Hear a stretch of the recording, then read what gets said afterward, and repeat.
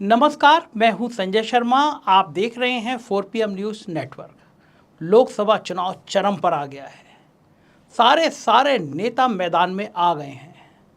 19 अप्रैल से 1 जून के बीच 7 चरणों में देश के अलग अलग कोनों में वोट डाले जाएंगे।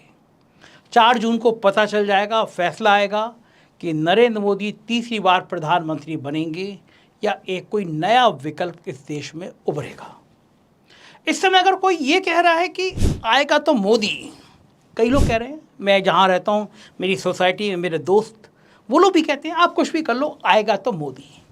तो ऐसा इंसान मोदी का सम्मान कर रहा हो या नहीं कर रहा हो, मगर अपना, आपका और हर देशवासी का अपमान जरूर कर रहा है।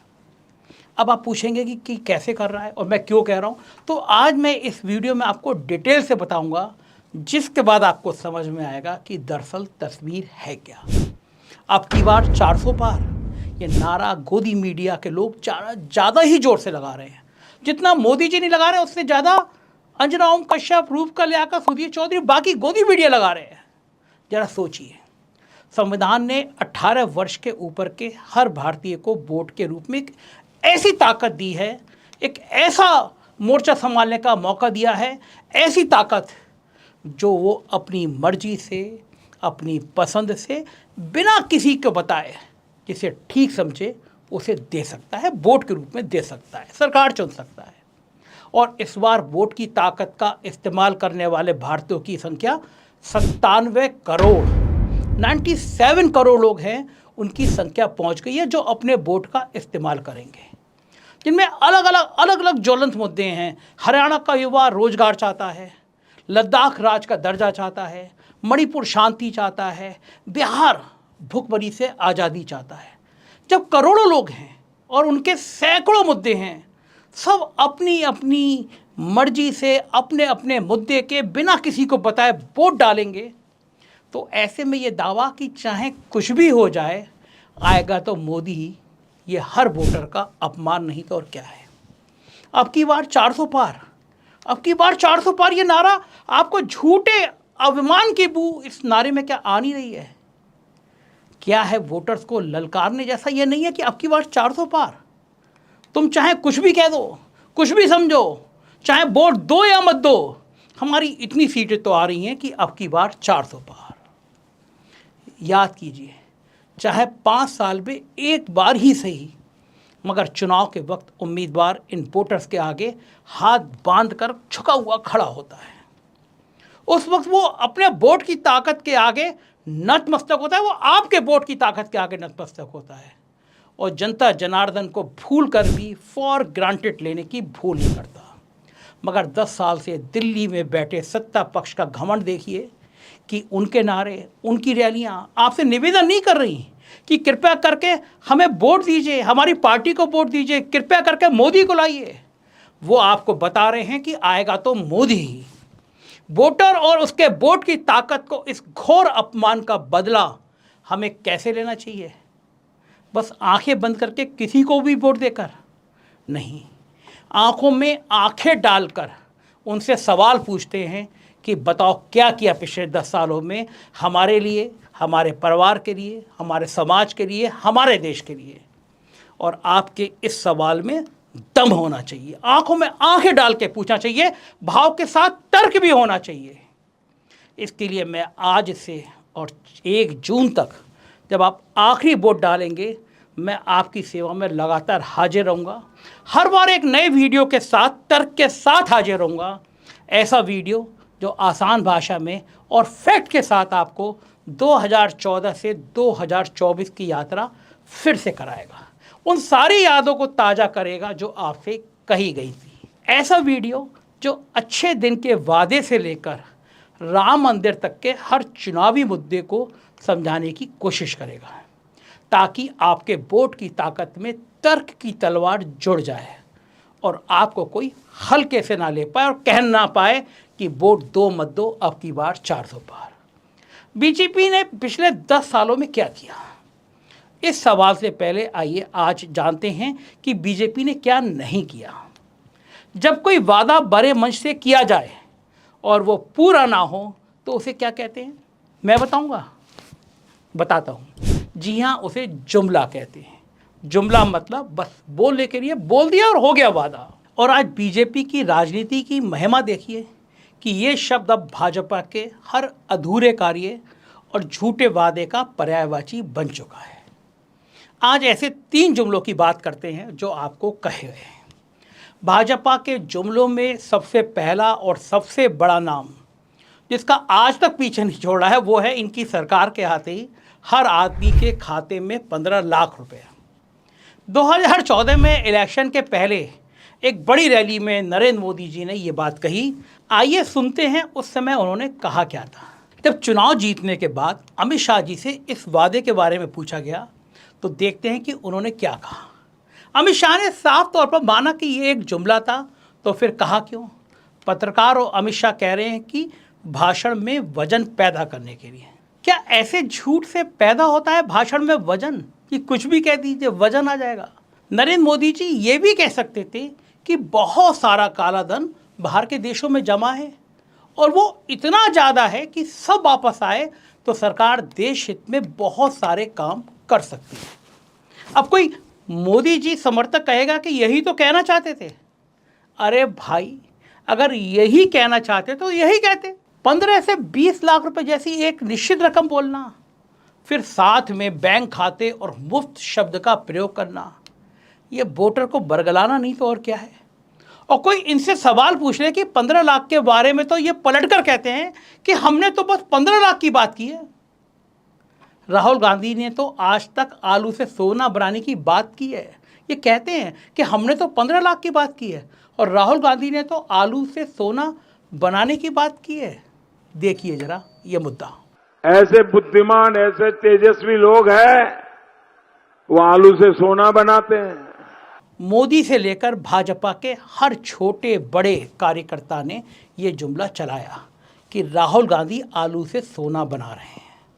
आज के डिजिटल युग में इतना सफ़ेद झूठ बोलने के लिए पहले दर्जे का धूर्त होना पड़ता है।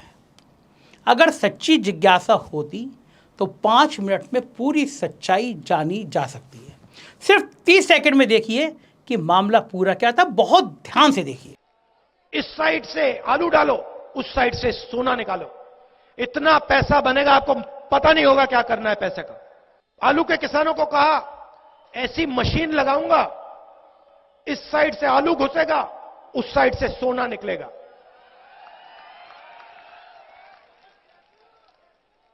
इस साइड से आलू डालो, उस साइड से सोना निकालो, इतना पैसा बनेगा, आपको पता नहीं होगा क्या करना है पैसे का। मेरे शब्द नहीं है, नरेंद्र मोदी जी के शब्द हैं। इस बात से साफ है कि सिर्फ झूठ बोलना तो नौसिखिए नेता करते हैं। आडंबरी नेता पहले झूठ बोलते हैं, फिर अगर कोई उनके झूठ को पकड़े तो एक और नया झूठ छट से गढ़ देते हैं। कमाल की बात यह है कि 15 लाख का जुमला तो बस टिप ऑफ आइसबर्ग था। नरेंद्र मोदी जी पिछले 10 सालों से हर कुछ महीने में एक नया जुमला मंच से उछाल देते हैं। दूसरा सबसे बड़ा जुमला सुनते हैं, फिर बात करते हैं। जब भारत की आजादी के 75 साल होंगे, इस देश में एक भी परिवार ऐसा नहीं होगा जिसका अपना खुद का घर नहीं होगा। 2022 तक सबको घर देने का वादा किया गया था। 23 मार्च 2023 को संसद में बेघर लोगों के बारे में सरकार से जब सवाल पूछा गया, कितने लोग बेघर हैं, किनको घर नहीं मिला, कोरोना की वजह से बेघर लोगों की संख्या पर क्या असर पड़ा, सरकार क्या कदम उठा रही है, आइए सरकार का 2023 का जवाब देखते हैं। बताता हूं क्या जवाब दिया। मोदी जी के 2022 वाला वादा, जो हर किसी को घर मिल जाएगा, हर किसी के सर पर छत होगी, उसके हिसाब से इस वक्त तक 1 साल में सब कुछ हो जाना चाहिए था, सबको अपना घर मिले हुए, क्योंकि 2024 चल रही है, यानी 1-1.5 साल पहले सबको घर मिल जाना चाहिए था। सरकारी जवाब कहता है कि 2011 में 17 करोड़ से ज़्यादा लोगों के पास घर नहीं था। 2019 के बाद से ये संख्या बढ़ी है या घटी है, इसका कोई भी डाटा सरकार के पास नहीं है। सरकार को पता ही नहीं 2019 के बाद लोगों को घर मिले, ये संख्या बढ़ी या संख्या कम हुई। और ये सारा जब बात मैं आपसे कह रहा हूँ, ये संसद के पटल पर रखा गया, सब रिकॉर्ड में है। आप कभी भी आरटीआई से मांग के जानकारी हासिल कर सकते हैं। कोई डाटा ही सरकार के पास नहीं। मतलब 2019 का चुनाव जीतने के बाद देश में क्या हुआ, सरकार को पता ही नहीं, यानी पता ही नहीं कि कितने लोग बेघर हैं, बस घर सबको दे देंगे। तो क्या फिर सबको घर दे दिया गया? 2023 तक 1,20,00,000 घर सैंक्शन हुए 2023 तक, और 72,56,000 घर लोगों को मिले हैं। और यह भी मान रहे हैं कि घर बनाने संबंधी सारी योजना बनाने का जिम्मा राज्य सरकारों का होता है। केंद्र सरकार बस 2015 से राज्य सरकारों की मदद कर रही है, लेकिन क्रेडिट चाहिए हमारे साहब को, हमारे प्रधानमंत्री जी को। राज्य सरकार बनाएंगी, क्रेडिट हमारे साहब को चाहिए। 17 करोड़ बेघर और 72 लाख घर। फिर सुन लीजिए, आप सच्चाई सुन लीजिए, गोदी मीडिया नहीं बताएगा। 17 करोड़ बेघर और 72 लाख घर। एक घर को 5 लोगों का परिवार मान लिया भी जाए तो भी 3.5 करोड़ लोगों को घर मिला, यानी वादे से 5 गुना कम। यानी इसी स्पीड से चले तो 25 साल और लगेंगे सबको घर देने में। लेकिन स्कीम को तो बढ़ाया है बस एक और साल, यानी चुनाव जीतने तक, यानी 31 दिसंबर 2024 तक। और हाँ, मोदी जी के इस जुमले की पोल खोलती अपनी सरकार का 5 पेज का उत्तर मैं दे देता हूँ, इनकी सरकार को उत्तर दे देता हूँ। ज़रूरत है हम सबको व्हाट्सएप यूनिवर्सिटी को छोड़ देने की। ये जो व्हाट्सएप यूनिवर्सिटी है ना, ये आपके दिमाग में कुछ का कुछ पड़ती है। थोड़ी सी मेहनत लगाकर इंटरनेट पर सही जवाब आप भी तलाश कर लीजिए, मैं तो बता ही रहा हूँ। अब बात करते हैं तीसरे जुमले की, साहब का तीसरा जुमला। मोदी जी के मुंह से भी सुनते हैं कि उन्होंने कहा क्या था, फिर मैं इस पर बात करता हूँ। दूसरा मेरा सपना है 2022 आजादी के 75 साल हो। अभी 17 चल रहा है, 5 साल बाकी है। इस 5 साल के भीतर भीतर हिंदुस्तान के किसान की आय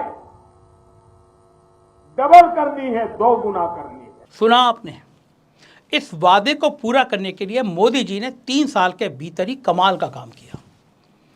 वो 3 काले किसान कानून लेके आए। इससे किसानों की इनकम दुगनी होना तो छोड़िए, किसान को लगा कि कहीं साहूकार ये का गुलाम ही ना बन जाए। किसान सड़क पर उतर आया। सिंधु बॉर्डर और गाजीपुर बॉर्डर हम सबको याद होंगे, जहां हजारों किसानों ने एक साल में ज़्यादा समय सड़क पर बिताया। हर मौसम की मार से ही सैकड़ों लोग मर गए। एक अलग वीडियो में आपको बताऊंगा कि वो कानून कैसे कैसे काले थे। लेकिन अभी इसी बात से समझ लीजिए कि कानून इतने भयानक थे कि किसान समझ गया अगर उसने हौसला छोड़ दिया तो उसकी कमर टूट जाएगी। किसान झुका नहीं, उसने सरकार को झुकाया, पहली बार मोदी को झुकाया, और वो काले कानून नवंबर 2021 में सरकार से वापस ले लिए गए। सरकार ने कहा, प्रधानमंत्री ने कहा, शायद मेरी तपस्या में कोई कमी रह गई थी और कानून वापस हो गए। और आज 2024 में किसान की क्या हालत है, वो फिर से सड़क पर है, आंदोलन कर रहा है। 2021 में सरकार ने वादा किया कि फसल की लागत का 1.5 गुना दाम एमएसपी के तौर पर किसान को मिलेगा।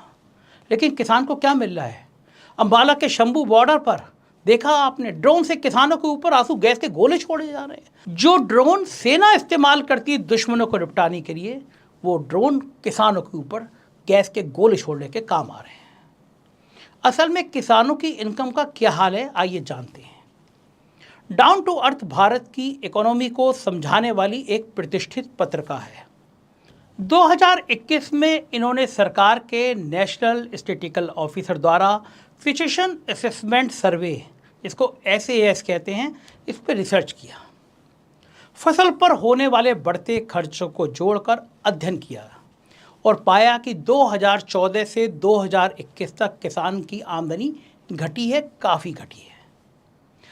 उसका बढ़ना या दोगुना होना तो बहुत दूर की बात है, आमदनी में बहुत गिरावट आ गई। खाते में पैसा देने की बात कही और फिर ये भी एक जुमला निकला। सबके सर पर छत देने की बात कही, फिर जुमला निकला।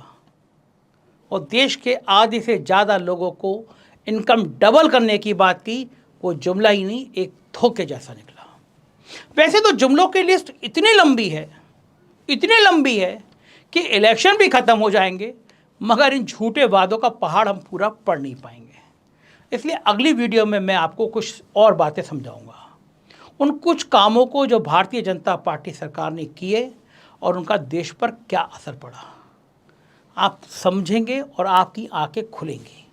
अब से लेकर 1 जून तक मेरे साथ जुड़े रहिए, ताकि इस देश में पड़ने वाले पहले वोट से लेकर आखिरी वोट तक हर वोटर के पास सरकार का सटीक रिपोर्ट कार्ड हो। और हाँ, कोई भी वोटर को टेक इट ग्रांटेड लेकर आएगा और कहेगा आएगा तो मोदी, ऐसी धमकी और घमंड भरी बात करने वालों का आप मुंह तोड़ जवाब दीजिए, तर्कों के साथ दीजिए। बहुत जल्दी मिलता हूं आपसे एक नई वीडियो के साथ, इनके नए जुमलों की नई कहानी को बताने के लिए। देखते रहिए 4PM न्यूज़ नेटवर्क। शुक्रिया, थैंक यू।